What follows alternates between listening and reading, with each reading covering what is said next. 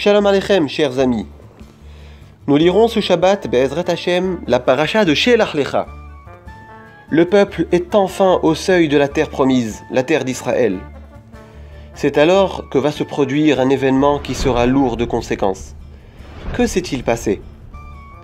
Eh bien, avant d'entrer en terre d'Israël, le peuple va demander par l'intermédiaire de grandes personnalités d'aller explorer le pays. Moshe Rabbeinu comprend leur requête et obtient l'autorisation de Dieu tout en lui laissant la responsabilité de cette décision. 12 hommes, Anashim, comme dit Rashi, des hommes de grande qualité spirituelle, sont envoyés pour cette mission. Ils verront des choses exceptionnelles. En effet, la terre produit des fruits d'une dimension encore jamais vue. 10 des 12 explorateurs ont voulu rapporter des échantillons de ce qui poussait sur cette terre, comme le leur a demandé Moshe Rabbeinu. Il a nécessité 8 d'entre eux pour transporter une seule grappe de raisin, un autre pour porter une figue géante et un autre pour une grenade géante. 2 d'entre eux, Yehoshua bin Nun ainsi que Kalev ben Yefouné, vont s'abstenir de porter ces fruits avec eux, car ils n'étaient plus du tout convaincus de leurs bonnes intentions. À leur retour dans le désert après 40 jours, les explorateurs vont devoir faire leur rapport à Moshe Rabbeinu.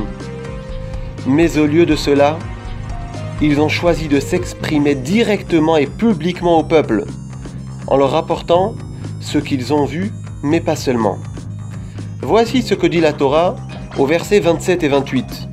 « Nous sommes parvenus à la terre où tu nous avais envoyés, et certes, elle ruisselle de lait et de miel, et voici son fruit. Toutefois, le peuple qui habite la terre est puissant, et les villes sont fortifiées et très grandes, et nous y avons même vu les descendants du géant. » Au versets 32 et 33, ils dirent « Nous ne pourrons pas monter vers ce peuple, parce qu'il est trop fort pour nous. » Ils firent aux enfants d'Israël un rapport négatif sur la terre qu'ils avaient explorée, en disant « La terre que nous avons parcourue pour l'explorer est une terre qui dévore ses habitants, et les gens que nous avons vus étaient gigantesques. » Jusque-là étaient leurs paroles. Kalev et Yehoshua, quant à eux, vont tenter de faire taire le peuple effrayé par les paroles des explorateurs. Mais ils ne seront pas entendus. Malheureusement, le peuple tout entier, et même les membres du Sanhédrin, étaient persuadés que l'entrée en terre d'Israël était une mission vouée à l'échec, et que Moshe Rabbeinu avait fait une erreur en les faisant sortir d'Égypte. Certains ont même proposé de remplacer Moshe par un autre guide qui les ramènerait vers leur terre d'esclavage. Cette nuit-là, les Béné Israël vont se mettre à pleurer. Ils manquaient tout simplement de foi en Dieu.